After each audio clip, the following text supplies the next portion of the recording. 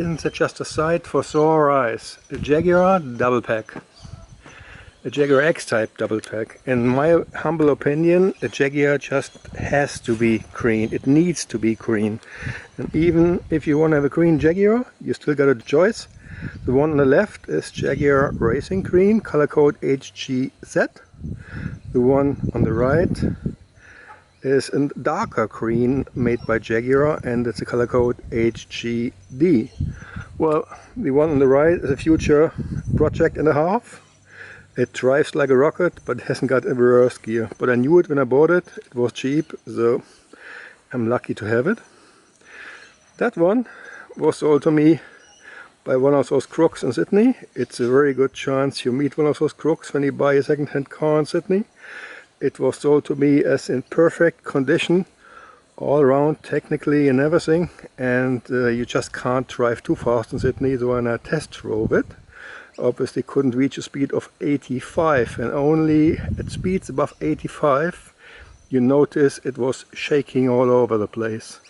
I fixed the problem meanwhile, quite some time involved. I fixed it myself. I swapped the two front drive shafts. Sold out in Australia, the drive shafts. I got them from Germany. Postage was actually not too bad. That one is an all-wheel drive, 2.5 liter. And that one is a front-wheel drive only, 2.1 liter. It's from 2006 and that's from 2001. Don't they look just lovely? Again, a Jaguar should be available in all colors as long as it's green. That one's the Jaguar Racing Green and that's the dark green.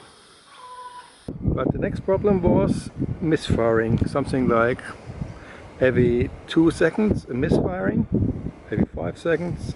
And I had this slight suspicion it should be the coils. So I looked at the coils, and when I looked closer at the coils, opened everything up, I found my suspicion confirmed. So I started taking the first coils out, which were easily accessible here in the front after you take the air filter out.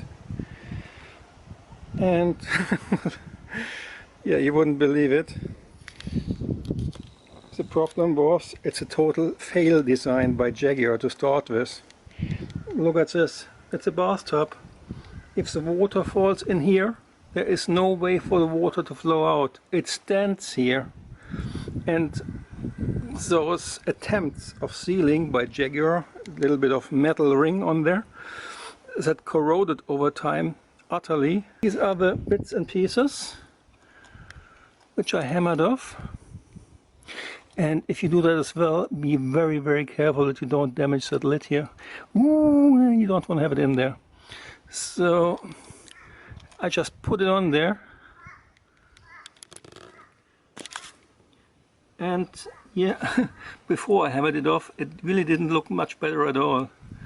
So obviously totally corroded by the water standing in that bathtub all the time. And obviously these 3 holes, deep inside you find the spark plugs, were totally flooded with water, and the ignition coil, each spark plug obviously has its own ignition coil. And spark plug and half of the ignition coil being totally underwater, you don't have to wonder why the car isn't running, you have to wonder why the car is running a little bit. Those are the old spark plugs, which really look like they have been in the engine of a boat motor being underwater for 10 years or something. It doesn't. Yeah, now he gets a number of the spark plug which was in there. And according to the manufacturer's data, I think what I found on the internet is that those spark plugs are not suitable for that engine. Funny, because they were in my car and in somebody else's car who made a video about the Jaguar. Maybe they belong in there, maybe they don't, I don't know. Anyway, I spent the whole day checking out on eBay what kind of high quality spark plugs I could use on exactly that X Type. And when I finally found them, I found them with an eBay seller, and that was not really a bright one. that guy who saw the spark plugs. He could not tell me where the spark plugs can be used. His only answer was, if in doubt, don't use them. Well, I checked for the Denso data sheet and the Jaguar which spark plug to use, and that was the correct spark plug. I think it's a lot better than the old one, which was in there originally. That's iridium, which I think is the best you can have. And I think the old one was also iridium, but this one here is a totally new design. See that little pin? Yeah, now I can see it. That little pin on the other side. You normally don't see a pin. And I really hope that's the best you can do for the Jaguar. When I took the engine apart, obviously I made sure that nothing will fall into the engine itself, I mean, by putting big bits of paper in there, paper tissues. Also using lids of bottles to cover these holes temporarily. In there I got already new spark plugs. Here I removed those rotten rings as well, which were protruding a little bit, not sufficiently to make sure no water is flooding the compartment for the spark plugs. So that's the only one of the 6 rings which is still undamaged, so I left that one. And I'm going to redesign the failures made by Jaguar. That metal pipe, because it's exactly the right size. They can fit those coils in. See? One hand's a little bit difficult, but it would fit over it. So I'm going to cut some very short bits of various lengths, depending on how much debris of the rings are still remaining here. So something like 12.5, 11.5 millimeters long, or even 6 millimeters where the ring is still there. And I'm going to use high temperature sealant to glue those bits and pieces of metal onto it, to have the compartments for the ignition coils sealed off perfectly. And by doing so I really hope that I redesigned and corrected the failure design of Jaguar. Too bad back then I was only responsible for part of this X-Type design, because I was actually part of the member of the X-Type team designing that Jaguar in Coventry in roundabout 1998. But don't blame me for all the mistakes you find on the X-Type, because all I did was basically the light switch and some other switches around. And the reason why all the trip switches are on the light switch, by the way, funny story, is not that the best place to have them, but they didn't want to have extra holes in the veneer for trip switches. So yeah, my light switch had to home those trip switches as well. Yeah, I think I'm going to shoot another video when I'm proceeding with my work, like cutting that pipe into bits and pieces and putting it on there. Yeah, work in progress. One step further with the redesign of my X-Type, to make sure the water hopefully doesn't go into the little opening in the engine anymore to flood the coils and spark plugs. So those are 6 rings. You may see one smaller because the original attempt of protecting that hole from flooding is still there and still okay. So I just built up on that one. So I produced those rings from a steel pipe using a cutting disc and a grinding disc and that file. And next I will use that high temperature sealant to put that in place on top of the engine.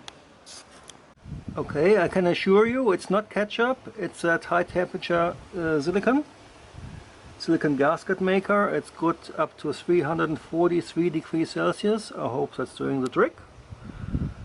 And I applied the silicon to both sides, which I will connect in a moment. So here we are, function before beauty. So the 6 rings are installed, mounted by using heat resistant silicon, 343 degrees Celsius. The rings, by the way, have got an inner diameter of 27.5 millimeter, outer diameter 33.5. And here are the other three beauties.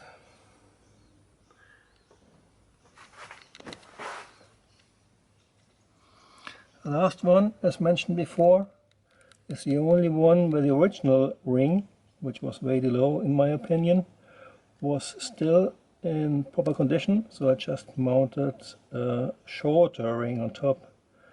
So again, it's about 10 millimeter here, and the other 5 are about 15 millimeter in height.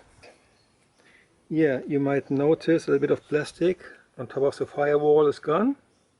I had to dismantle it because that was really the only chance to somehow get my arm behind to loosen those 3 bolts.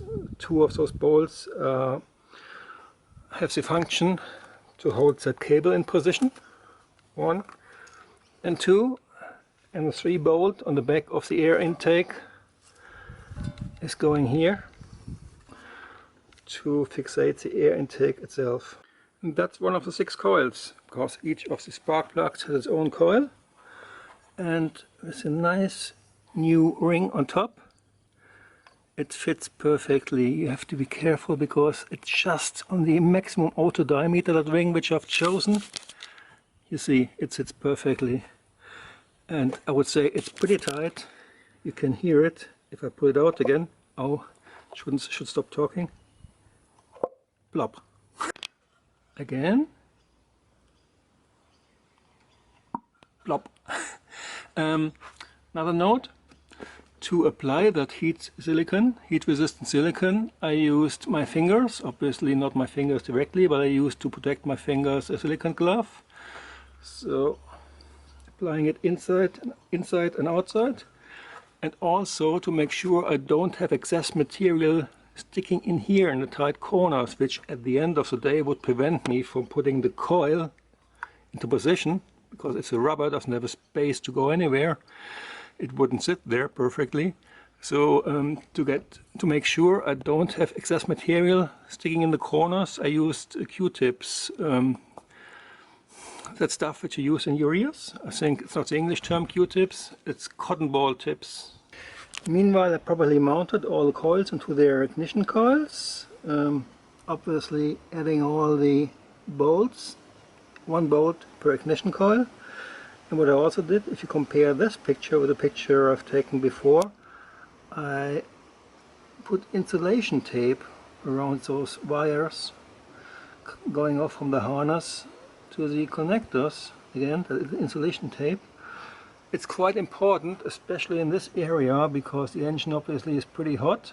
Heat destroys over time the single cables. They need to be protected. So somehow I hope there has been insulation tape on there before, just fallen off over time, and I just put it back on again. On other connectors like the mass airflow sensor and the throttle position sensor, I think this was never really properly taped up, so I taped it up as well, and any other connector I could find. When working here in this area, I realized how easy it actually is to remove, that means change, the belt for the water pump. You know, see, I just, well, it's not that easy, but quite a bit of force. You can lift it up quite easily, and with the other hand you can remove that belt. And looking at the condition of the belt, I decided to go for a new one. It's actually not that expensive, but not available in Australia. That's what I could find out, so I ordered one in England. Still not very expensive.